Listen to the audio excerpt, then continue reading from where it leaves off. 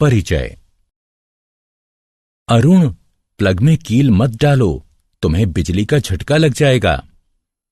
क्यों सर? इस कील पर जंग लगा हुआ है और यह हमारे किसी काम की नहीं है। भले ही इस पर जंग लगा हुआ है, परंतु यह धातु है और धातु विद्युत की सुचालक होती है। यदि तुम इसे प्लग में लगाओगे तो तुम्हें झटका लगेगा। अरे, फिर तो आपने मुझे बचा लिया। बच्चों, इस अध्याय में हम धातुओं व अधातुओं, उनके भौतिक व रासायनिक गुणधर्मों, उनकी प्राप्तियां तथा उनके संक्षारण के विषय में जानेंगे। उद्देश्य। इस पाठ के अंत में आप निम्न करने में सक्षम हो जाएंगे: धातुओं व अधातुओं के भौतिक एवं रासायनिक गुणधर्मों का वर्णन करना, यह समझना कि धातुएं कैसे प्रतिक्रिया करती हैं, धातुओं की उपस्थिति की व्याख्या करना, संक्षारण की व्याख्या करना। भौतिक गुणधर्म धातुएं।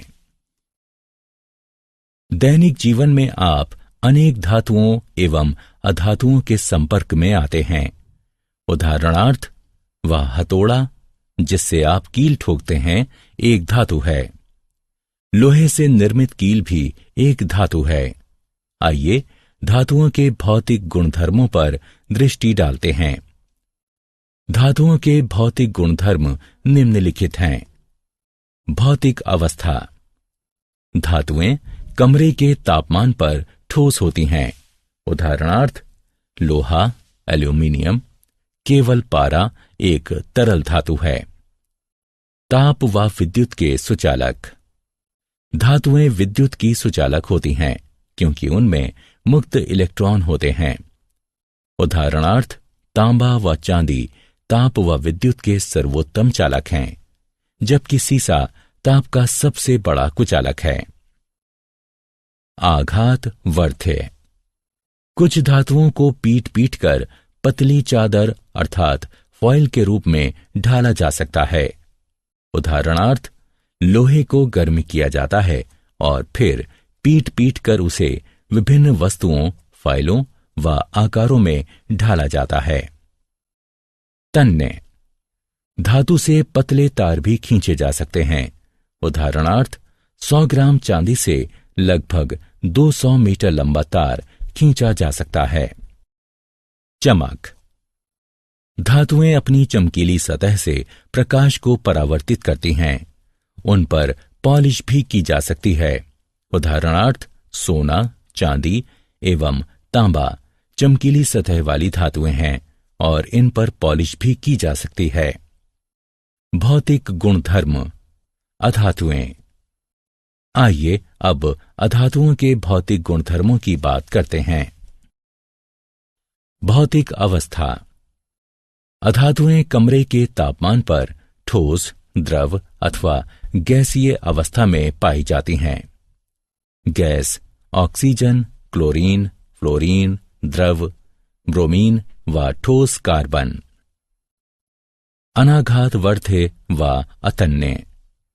अधातुएं भंगुर होती हैं तथा उनसे न तो तार बनाए जा सकते हैं और न ही उन्हें पीटकर पतली चादर के रूप में ढाला जा सकता है।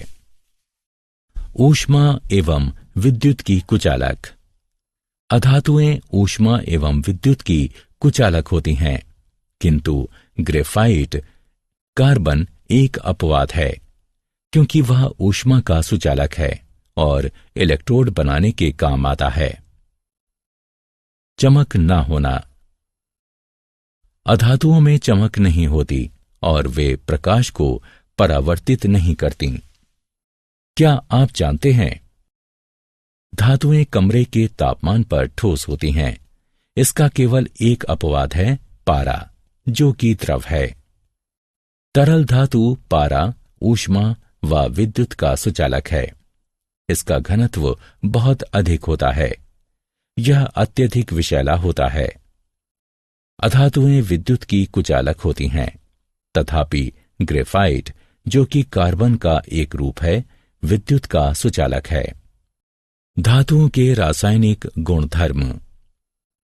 अब धातुओं के कुछ रासायनिक गुणधर्मों पर दृष्टि डालते हैं। इन गुणधर्मों में धातुओं की अन्य तत्वों जैसे वायु, जल, अम्लों तथा अन्य धातु लवणों के साथ अभिक्रियाएं भी सम्मिलित हैं। वायु के साथ अभिक्रिया। जब धातुएं वायु के संपर्क में आती हैं तो वे धातु ऑक्साइड निर्मित करती हैं।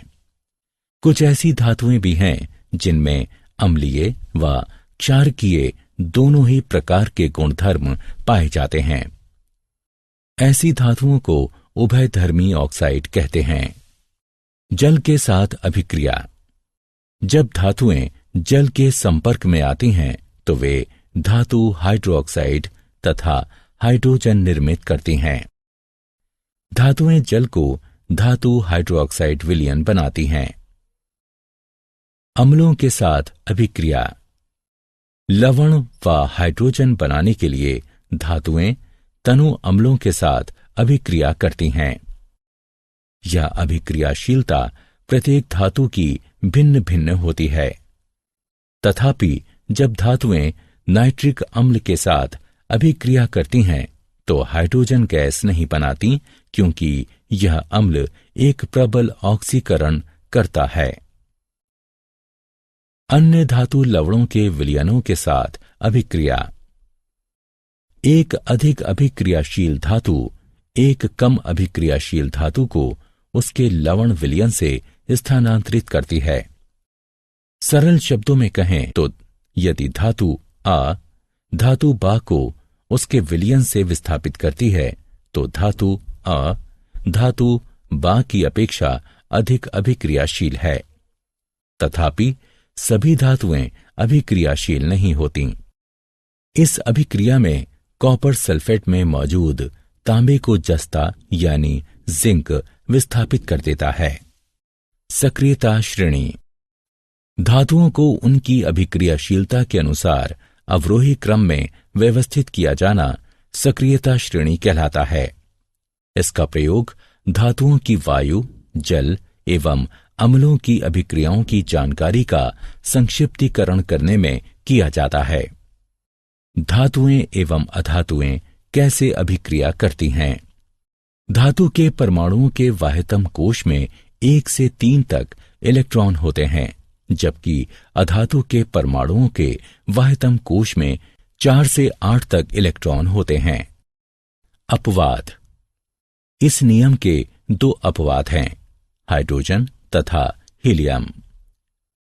इलेक्ट्रॉन का त्याग करने वाली धातुएं त्यागे गए इलेक्ट्रॉनों की संख्या के बराबर धनावेश अर्जित करती हैं तथा अधातुएं स्वीकारे गए इलेक्ट्रॉनों की संख्या के बराबर इलेक्ट्रॉन व ऋणावेश अर्जित करती हैं। जब धातु का कोई परमाणु 1, 2 या 3 इलेक्ट्रॉन अपने संयोजकता कोश से किसी अन्य अधातु परमाणु को देता है जो कि उन इलेक्ट्रॉनों को स्वीकार किए जाने की क्षमता रखता हो तो उसे वैद्युत संयोजकता कहा जाता है। इसके परिणाम स्वरूप ये दोनों ही परमाणु एक निष्क्रिय गैस का ढांचा निर्मित करते हैं। किसी तत्व के परमाणु से अन्य तत्व के परमाणु में इलेक्ट्रॉनों का स्थानांतरण आयनिक यौगिक कहलाता है। आयनिक यौगिकों के गुणधर्म। आइए आयनिक यौगिकों के कुछ गुणधर्मों पर दृष्टि डालते हैं। भौतिक प्रकृति। आयनिक यौगिक कठोर ठोस होते हैं क्योंकि धनात्मक एवं ऋणात्मक आयनों के मध्य आकर्षण बल अत्यंत प्रबल होता है। ये यौगिक भंगुर होते हैं तथा दबाव डाले जाने पर टूट जाते हैं। गलनांक एवं क्वथनांक। प्रबल अंतर आयनिक आकर्षण को तोड़ने के लिए आवश्यक ऊर्जा की पर्याप्त मात्रा के कारण आयनिक यौगिकों का गलनांक एवं क्वथनांक उच्च होता है। घुलनशीलता। आयनिक यौगिक जल में घुलनशील तथा विलायकों में अविलय होते हैं, जैसे पेट्रोल आदि। विद्युत चालकता। आयनिक यौगिक जब ठोस अवस्था में हों तो विद्युत संचालन नहीं करते, क्योंकि कठोर संरचना के कारण आयनों की गति संभव नहीं होती। किंतु आयनिक यौगिक जब गलित अवस्था में हों तो विद्युत चालकता संभव है, क्योंकि गलित अवस्था में विपरीत आवेश वाले आयनों के मध्य स्थिर वैद्युत आकर्षण बल ऊष्मा के कारण कमजोर पड़ जाता है। इससे आयन स्वतंत्र रूप से गति करने तथा विद्युत संचालन करने लगते हैं। क्या आप जानते हैं, चुंबकीय प्रतिरोध के छोरों की तरह धनात्मक धनात्मक तथा ऋणात्मक ऋणात्मक आयनिक आबंधों का अस्तित्व नहीं होता है। धातुओं की प्राप्ति, धातुओं एवं अयस्कों का निष्कर्षण। धरती धातुओं का सबसे बड़ा स्रोत है, तथापि सागर के जल में भी कुछ विलय लवण होते हैं। खनिज ऐसे तत्व अथवा यौगिक हैं जो भूपर्पटी में प्राकृतिक रूप से उपस्थित रहते हैं। कभी कभी खनिजों में धातु की प्रतिशतता बहुत अधिक होती है, उनसे इसे निष्कर्षित किया जा सकता है। ऐसे खनिजों को अयस्क कहते हैं। अयस्क वे अशुद्ध धातुएं हैं जिनमें बालू व पथरीले द्रव्य बड़ी मात्रा में होते हैं। अयस्कों की ये अशुद्धियां गैंग कहलाती हैं। अयस्कों से धातु निष्कर्षित करने से पूर्व इन अशुद्धियों को दूर करना होता है। जब अशुद्धियां दूर हो जाती हैं तो अयस्क सांद्र अवस्था में आ जाते हैं। अयस्कों की इस सांद्रता को अयस्कों का समृद्धिकरण भी कहते हैं। धातुओं का निष्कर्षण। धातुओं को जब उनके अयस्क से पृथक कर दिया जाता है तो वे अपनी अभिक्रियाशीलता के आधार पर वर्गीकृत की जाती हैं। अभिक्रियाशीलता के अनुसार धातुओं का वर्गीकरण विभिन्न समूहों में किया जाता है, जो कि निम्नलिखित है। सक्रियता श्रृंखला में नीचे आने वाली धातुओं का निष्कर्षण। जो धातुएं सक्रियता श्रृंखला में नीचे होती हैं वे बहुत ही अनअभिक्रिय होती हैं। इन धातुओं के ऑक्साइड केवल गर्म करने से ही धातुओं में अपचयित हो जाते हैं। सक्रियता श्रृंखला के मध्य में स्थित धातुओं का निष्कर्षण। जो धातुएं सक्रियता श्रृंखला के मध्य में होती हैं वे मध्यम अभिक्रियाशीलता वाली होती हैं। ये धातुएं प्रकृति में सामान्यतः सल्फाइडों या कार्बोनेटों के रूप में पाई जाती हैं। ऑक्साइड से धातु प्राप्त करना अधिक सरल है, इसलिए पहले इन धातुओं को उनके ऑक्साइडों में परिवर्तित करने की आवश्यकता होती है। अतिरिक्त वायु की दृढ़ उपस्थिति में तापन के द्वारा सल्फाइड अयस्कों को रूपांतरित करने की प्रक्रिया को भर्जन कहा जाता है। सीमित वायु की सुदृढ़ उपस्थिति में तापन के द्वारा कार्बोनेट अयस्कों को रूपांतरित करने की प्रक्रिया को निस्तापन कहा जाता है। सक्रियता श्रृंखला में सबसे ऊपर स्थित धातुओं का निष्कर्षण। जो धातुएं सक्रियता श्रृंखला में उच्च होती हैं वे अति अभिक्रियाशील होती हैं तथा कार्बन के साथ गर्म किए जाने पर उनके यौगिकों से प्राप्त नहीं की जा सकती, क्योंकि वे धातुएं कार्बन की अपेक्षा ऑक्सीजन के प्रति अधिक बंधुता रखती हैं। ये धातुएं विद्युत अपघटनी अपचयन के द्वारा प्राप्त की जाती हैं। धातुओं का परिष्करण। अपचयन प्रक्रिया द्वारा उत्पन्न धातुएं शुद्ध नहीं होती, उनमें अशुद्धियां बची रहती हैं, जिनको दूर किया जाना शुद्ध धातुएं प्राप्त करने के लिए अत्यंत आवश्यक होता है। अशुद्ध धातुओं को परिष्कृत करने के लिए सर्वाधिक प्रचलित विधि विद्युत अपघटनी परिष्करण है। अनेक धातुओं का परिष्करण विद्युत अपघटन द्वारा किया जाता है। अशुद्ध धातु को एनोड तथा शुद्ध धातु की पतली परत को कैथोड बनाया जाता है। धातु के लवण विलयन का उपयोग विद्युत अपघट्य के रूप में होता है। विद्युत अपघट्य से धारा प्रवाहित किए जाने पर एनोड पर स्थित अशुद्ध धातु विद्युत अपघट्य में घुल जाती है। इतनी ही मात्रा में शुद्ध धातु विद्युत अपघट्य से कैथोड पर निक्षेपित हो जाती है। विलय अशुद्धियां विलयन में चली जाती हैं, जबकि अविलय अशुद्धियां एनोड तली पर निक्षेपित हो जाती हैं। इन्हें एनोड मड कहते हैं।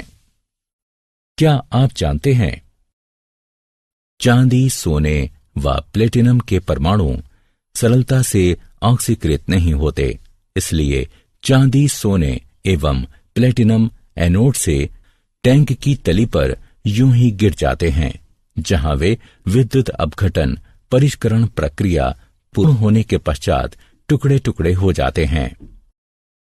संक्षारण। रासायनिक रूप से सक्रिय धातुएं वायु में उपस्थित आर्द्रता के कारण संक्षारित हो जाती हैं। धातु की सतह पर जल की उपस्थिति में वायु में मौजूद ऑक्सीजन की प्रजारण अभिक्रिया को संक्षारण कहते हैं। उदाहरणार्थ, लोहा व एल्यूमीनियम संक्षारित होते हैं, जबकि अनभिक्रियाशील धातुएं जैसे सोना, प्लेटिनम एवं पारा संक्षारित नहीं होती। संक्षारण रोकने की 3 विधियां हैं। बलि विषयक सुरक्षा। इसमें अधिक अभिक्रियाशील संरक्षित होने वाली धातु को प्रचारित किया जाता है तथा संरक्षित हो चुकी धातु को अविकल छोड़ दिया जाता है। मिश्रात्वन। इसमें जंग रहित अयस्क बनने के लिए धातु में कोई अन्य धातु मिला दी जाती है। यशद लेपन। इसमें धातु पर जस्ते की पतली परत चढ़ा दी जाती है। इसे गैल्वनीकरण भी कहा जाता है। यह परत विद्युत अपघटनीय निक्षेपण द्वारा बनाई जाती है। सारांश। आइए हमने जो कुछ सीखा है उसे संक्षेप में दोहराएं। धातुएं विद्युत की सुचालक होती हैं, जबकि अधातुएं विद्युत की कुचालक होती हैं।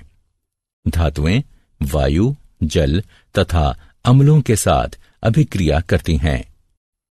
धातुओं को उनकी अभिक्रियाशीलता के अनुसार अवरोही क्रम में व्यवस्थित करने को सक्रियता श्रेणी कहते हैं। किसी तत्व के परमाणुओं से इलेक्ट्रॉनों का दूसरे तत्व के परमाणुओं में स्थानांतरण आयनिक यौगिक कहलाता है। धातुएं अयस्कों से निष्कर्षित की जाती हैं,